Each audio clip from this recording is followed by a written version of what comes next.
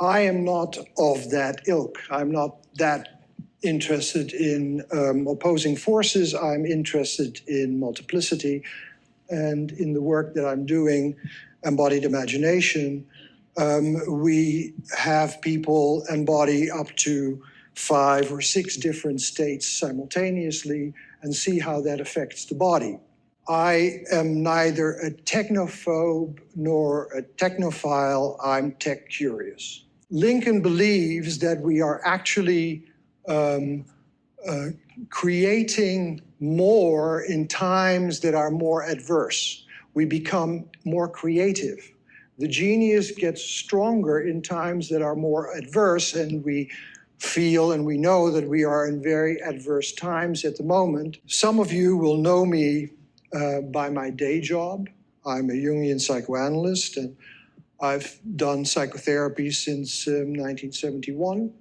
Now, my relationship to technology started in 1967, so 52 years ago, when I learned computer programming and became interested in what you could do with computer programming. At the time, I was a criminologist, and the computers were, I was at Leiden University, the computers were a whole floor of the university building of the Computational Institute.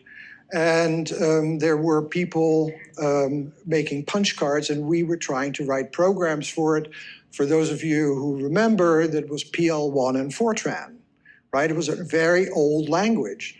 I became very interested in, and then I got sick and I moved away from it, and I moved to the Jung Institute, and that's where we started to work more. But I lost a little bit of touch with computer programming and technology, though I always stayed very interested, particularly interested in virtual reality. What I was most interested in, and that is why I wanted you to be here, was in 1983, I organized a conference called Facing Apocalypse. Facing Apocalypse was my first foray into organizing a conference about imagination and technology. The apocalyptic imagination in 1983, as it is now, was particularly strong. And when we did the conference in 1983, and it was well attended, and James Hillman talked in it, and we were talking about how every generation wants to believe that they live at the end of times because that makes them really important. And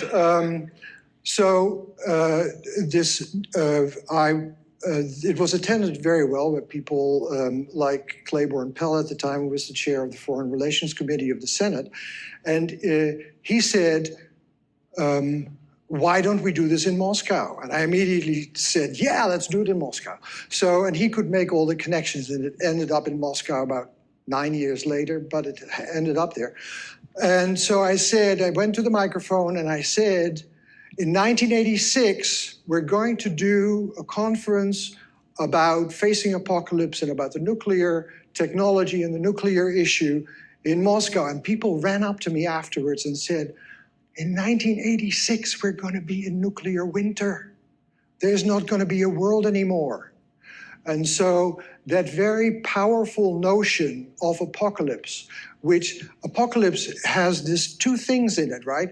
It is both the notion of the end of the world, and it is the notion of revelation. So we get this revelation of the end of the world, and it's very convincing, especially when there are times of troubles, and we are in times of troubles. There are climate deniers that are led by the stable genius. But that I'm not talking about. I'm talking about that there is a force of imagination that underlies technology, that is a force of apocalypticism. And what it went on, and then we found in the 1980s that Gorbachev was using the word 2000 more and more and more often. So it was in 2000, I think, we did a conference, a Facing Apocalypse conference, about the environment and about the apocalypse of the Soviet Union, which happened a year later.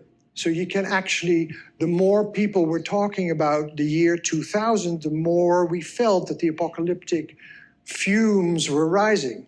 That is the way apocalypticism works. At the time, everybody believed it. Everybody believed that we were going to run out of food and that this was going to be the ultimate disaster. And this is what came out. Another one that's very interesting, and I know that one because our Dutch Queen was very interested in this. The Club of Rome was very interested in this. In 1972, a team of computer modelers at MIT, led by Donella Meadows, published The Limits of Growth. I'm sure that some of you remember that. Now, these predictions were not accurate at all. We have gold and silver large reserves, in fact, much bigger than in 1972, despite almost half a century of additional consumption. Known global reserves of gold are about 400% larger than today, than in 1972. Silver reserves are 200% larger, and the known reserves of aluminum is 25 times as high as they were in the early 70s. So these predictions are all based on apocalypticism, and we have to be aware that apocalypticism is very potent. That doesn't mean that we have to deny that we have problems, because it is the problems that are going to trigger this. But if we add to the apocalypticism, the result of it will be that people are going to say, I cannot do anything about this anymore. And they will just burn out. And so I'm very worried about apocalypticism. And I love what James Hillman said at the end of the conference, the Facing Apocalypse conference. He said, because we were all talking about we are the generation that has to do it. You remember that the nuclear clock from the nuclear scientists was 6 minutes to midnight. And Helen Caldicott was telling us that if we don't change this before Reagan gets elected, it's over, game's over. And I'm not here to praise Reagan. I think that these kind of notions make people sit like, I can't do it. So we have to realize that there is an imagination always underlying technology, and an important imagination is the apocalyptic imagination.